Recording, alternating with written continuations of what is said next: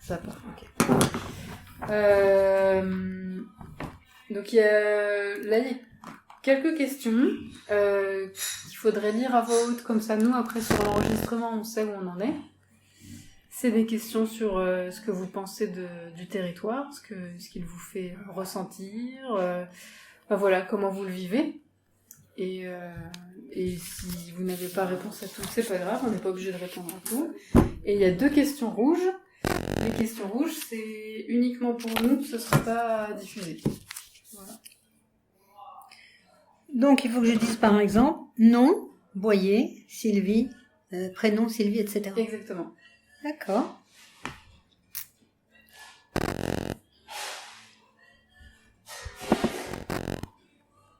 Quand vous voulez. Nom, Boyer, prénom Sylvie, femme, activité tissage d'art, natif. Si vous êtes natif du Bien. Lot-et-Garonne. Non.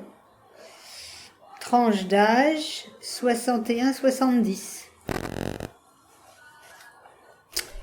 Comment percevez-vous votre territoire de vie, à la fois sa géographie, ses paysages, ses particularités, les émotions et sentiments qu'il vous inspire? Ouais, dites-moi, c'est carrément un livre qu'on peut écrire avec ça.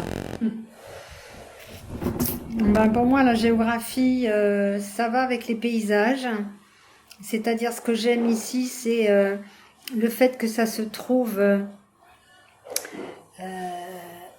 aux confins du Lot-et-Garonne, vers le Lot, vers le Tarn-et-Garonne, qui ont chacun des paysages très variés, très beaux, mais différents, et le Périgord, de l'autre côté. Et donc, pour moi, on a accès à tous ces territoires, là, le Pays de Serre, le Périgord, le Lot, et puis une autre partie du Lot-et-Garonne. Donc, c'est particulièrement riche comme paysage, comme géographie. Donc, ces particularités, pour moi, ça tient à ça, d'une part. Et puis, à la rivière Lot, puisque nous, on surplombe la rivière Lot. On est très dépendant de la rivière Lot. En termes de paysage, j'entends. Les émotions et les sentiments que ça m'inspire, ben quelque chose qui est propre assez au sud-ouest en général, quand même. Qui est quelque chose de calme, avec une belle lumière, un peu une régularité d'humeur.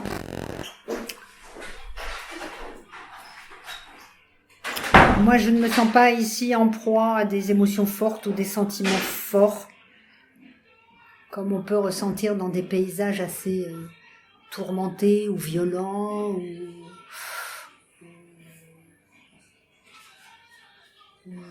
monochrome. Mais voilà pour ça. Plutôt du calme et du bien-être. Notez entre 1 et 10 la qualité de votre vie ici. 9. Quels sont les événements marquants et inspirants de ce territoire? Cela peut être un personnage inspirant, un monument, un moment historique ou anecdotique ou quelque chose de plus invisible.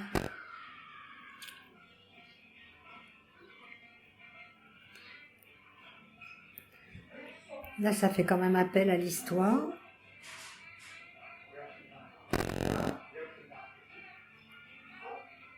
Événement marquant.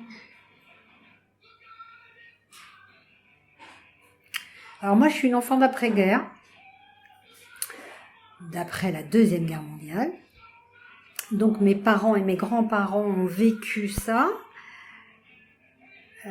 Une partie de la famille en campagne, un peu plus au nord quand même, dans le Poitou-Charentes, et l'autre partie à Paris. Et je pense à un territoire ici qui était un territoire plus préservé au niveau de la guerre, et un territoire de résistance.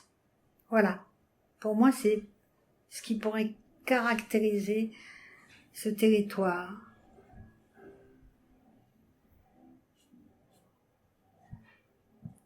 Après, les autres événements marquants pour moi, qui ne sont pas inspirants du tout, c'est la quantité de votes de Front National qu'on trouve là alentour. Ça, je trouve ça épouvantable. Tous ces gens qui sont jamais sortis de chez eux là et qui vivent dans la peur. Voilà. Si ce territoire était une personne, quels seraient ses traits physiques, de caractère, de personnalité, son état d'esprit, Seigneur Dieu?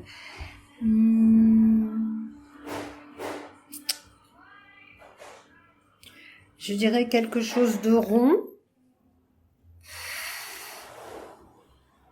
Quelque chose de rond avec un caractère affirmé mais ouvert.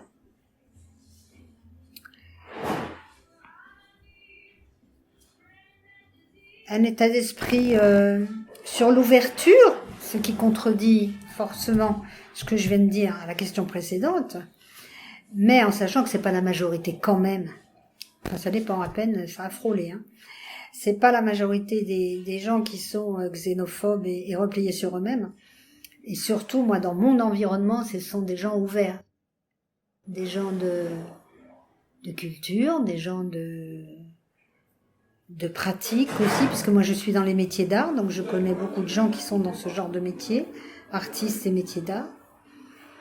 Donc je pense plutôt en termes d'ouverture d'esprit. En tout cas, les néo-ruraux me paraissent être des gens plus ouverts que les autochtones. Ça, c'est pas spécial au Lot-et-Garonne.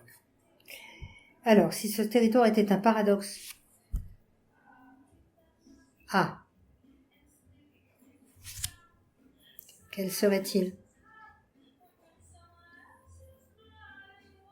J'en sais rien.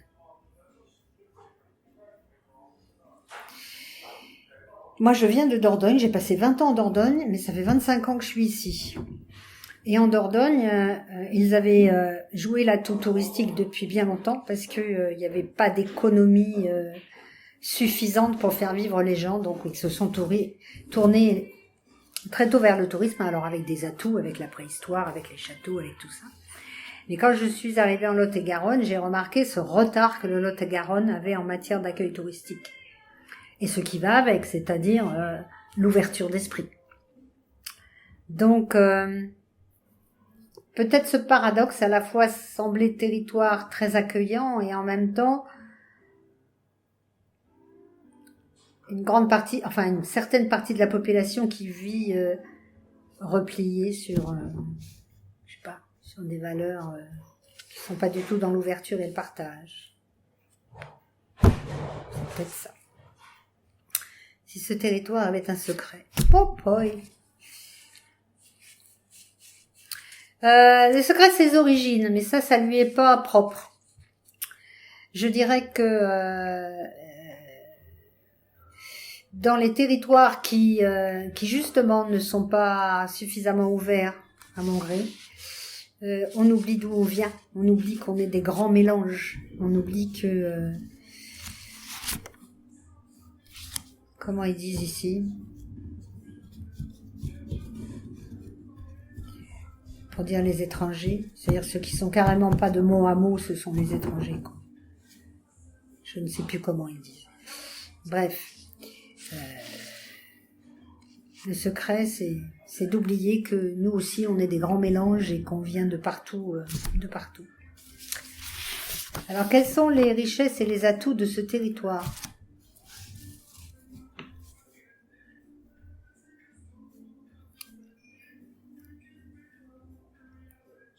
Territoire, c'est le Lot-et-Garonne?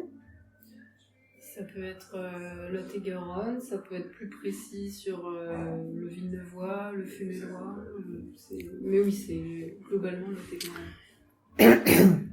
Alors, je dirais pas la partie ouest, parce que quand on arrive au lac du Temple-sur-Lot, là, dans la grande plaine vers Guyon, c'est moins intéressant, on va dire, en termes de paysage, en termes d'attractivité. Les atouts, ce sont les paysages. Les paysages, la douceur de ces paysages. Le patrimoine. les églises, les bastides, les villages de caractère.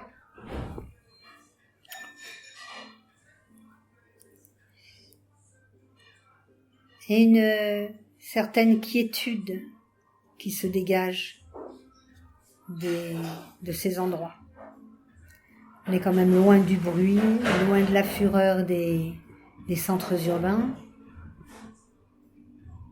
avec tous les désagréments que ça peut comporter d'ailleurs, hein, mais c'est ça. Tranquillité, beauté. Après, les atouts. Son transport, c'est pas la joie. Bon. C'est ce qui me vient à l'esprit, en tout cas. Il y a une richesse associative aussi. Il y a une richesse associative, ça c'est important. Il y a plein de gens qui font des trucs très intéressants dans des domaines très variés.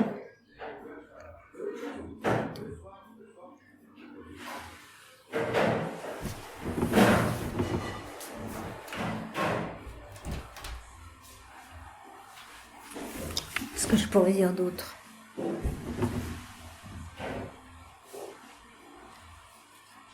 Qu'aimez-vous faire ici que vous ne pourriez pas faire ailleurs ?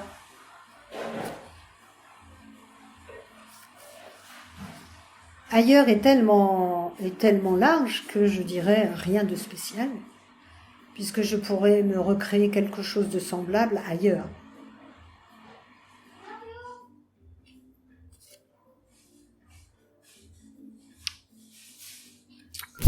Quels sont les manques et les faiblesses de ce territoire ? Alors, je fais un parallèle avec la question précédente. Quand j'étais en Dordogne, j'étais en nord Dordogne. C'était magnifique. J'étais jeune femme. J'avais une voiture, bien évidemment. J'étais obligée de faire des kilomètres tout le temps pour participer à l'offre culturelle, pour emmener mes enfants faire leurs activités, pour faire des courses, pour tout faire. J'étais loin de tout. C'était très beau, mais c'était très isolé, on va dire. Alors qu'ici, ce que j'ai trouvé, c'est qu'on est quand même relativement près de Villeneuve, qui est un centre important où on peut trouver des tas de choses. Moi, je vais extrêmement rarement à Agen. On est quand même qu'à 1h30 de Toulouse et 1h45 de Bordeaux. C'est un peu à mi-chemin. Ça, pour moi, c'est un atout, ça, parce qu'on n'est pas très loin des grandes villes, des métropoles, et tout en étant tranquille dans la campagne. Voilà, je fais beaucoup moins de kilomètres depuis que je suis ici, sauf pour aller à Bordeaux et Toulouse, que quand j'étais en Dordogne, par exemple. Mais, donc, transport collectif, ça c'est une faiblesse. Le train, et toute la problématique de la ligne Périgueux-Agen.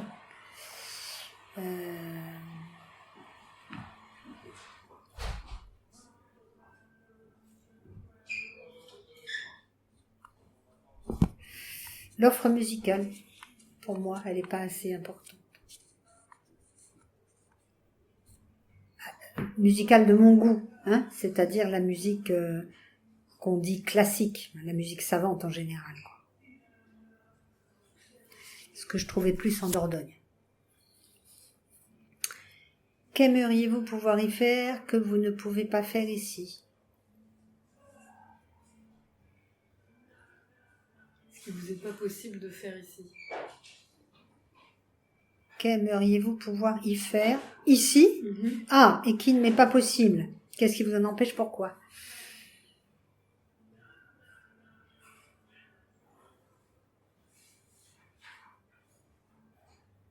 Alors, en considération totalement égoïste, hein, j'aimerais pouvoir aller justement plus souvent au concert,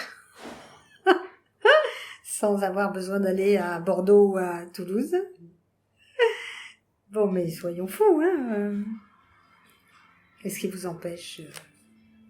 Ben voilà, parce que l'offre n'existe pas.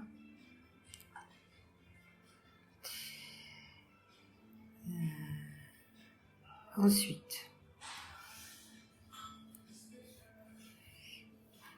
Les associations, les gens, tout ça, ça va bien. Il y a moyen de les rencontrer si on a envie de les rencontrer.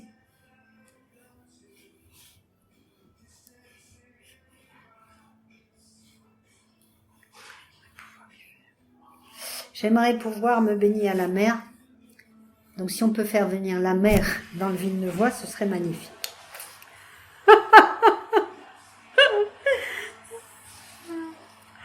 Qu'est-ce qu'il vous manque principalement pour son développement?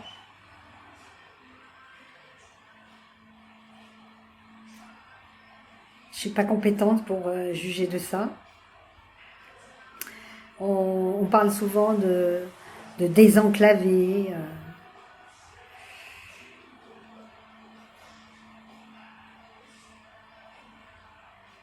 L'emploi, mais c'est pas particulier à ici, c'est particulier à toutes ces zones en France, ces zones un peu rurales. Plus d'économie, mais plus d'économie intelligente, de l'économie solidaire, de l'économie écologique, de l'économie au service de l'humain. Voilà, ça pour moi c'est ce qu'il manque, oui, effectivement. Si je peux dire ça, c'est ça. Une économie plus respectueuse des individus, mais qui générerait quand même de l'argent. Que les gens soient bien payés pour des nobles causes, on va dire. Une idée même folle ou irréalisable pour amorcer une dynamique. Ah, la mer pour amorcer une dynamique de mieux vivre ici.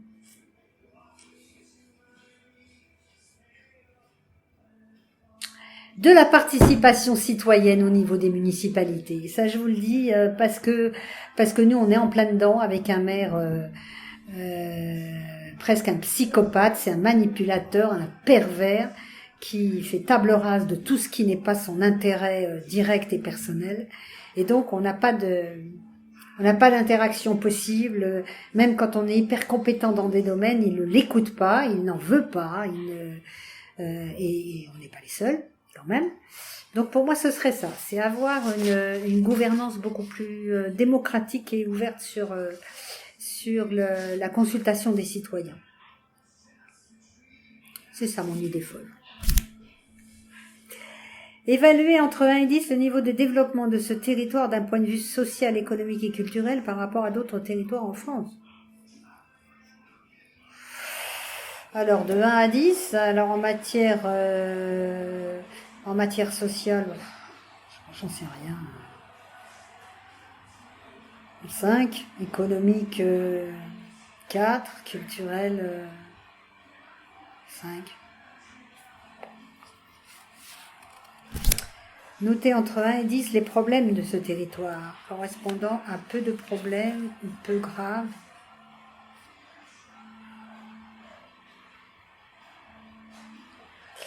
Alors en pleine guerre d'Ukraine, des problèmes vitaux, non, j'en vois pas.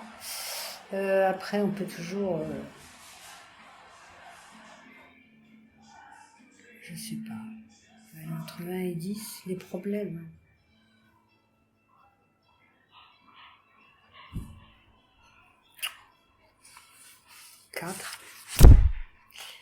Avec quelle personne et ou quel projet pensez-vous pouvoir développer ce territoire? Pourquoi? On est encore là demain. Moi, j'ai exercé à la fois des fonctions d'élu, en charge du tourisme, de l'économie, pas de l'économie, du tourisme, de la culture, des métiers d'art et des associations. Donc, je connais assez bien ce milieu-là. Et moi-même, depuis 40 ans, je suis investie dans des associations, dans le syndicat, enfin un peu moins maintenant parce que j'ai pris de l'âge. Donc je pense que les projets, il faut les penser autour de groupes qui réfléchissent, de consultation, d'appropriation, que les gens s'approprient les projets. Voilà. Pour que ce soit plus efficace, plus pérenne. Au contraire, avec lesquels ne pourriez-vous pas vous impliquer? Pourquoi?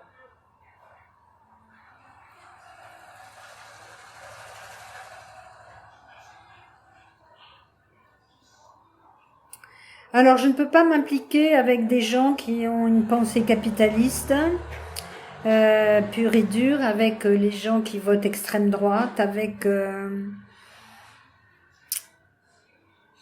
les autocrates comme on a nous à la mairie. Voilà, c'est les gens avec lesquels je peux pas m'impliquer. Sinon, dès qu'il y a ouverture d'esprit, moi je m'implique. Quel talent, quelles envies pourriez-vous consacrer à un projet de territoire?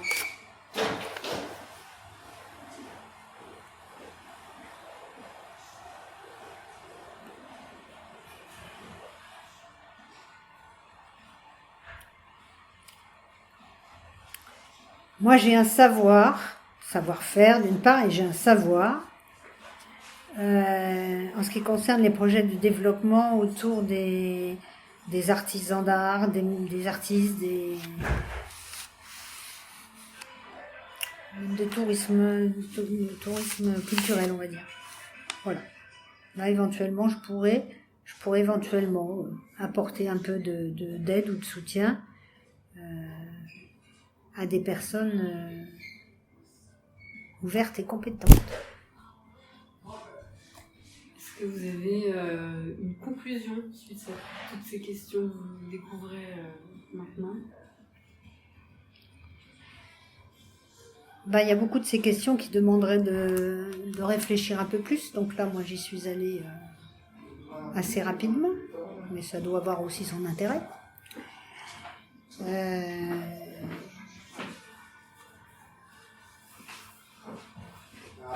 Après, je sais pas sur quoi ça peut déboucher de concret, qui va exploiter ça et dans quel but. Je peux bien voir un peu les buts, mais... C'est en fait, la Maison Forte est porteur de projet. Oui. La CAGV finance en partie ce projet.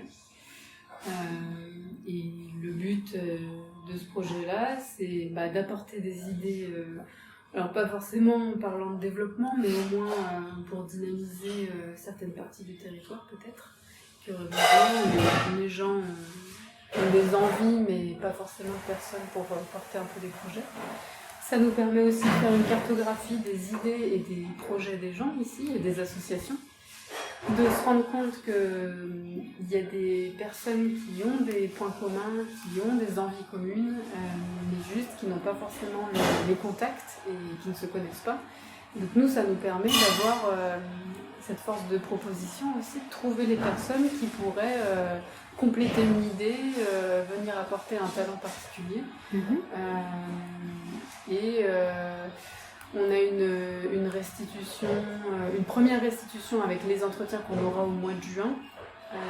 Le 11 juin, on fera une présentation du projet avec, on espère, une première partie de podcast sur certaines questions et les premiers résultats. Et après, ce sera plutôt courant de l'été qu'on terminera vraiment le projet. Mais voilà à quoi sert cette étude. D'accord. Et du coup, ma dernière question, c'est suite à cet entretien, vous avez vu les questions, est-ce que vous auriez 2 personnes à qui vous voudriez donner la parole ensuite, 2 contacts que vous auriez à me donner qui pourraient être intéressés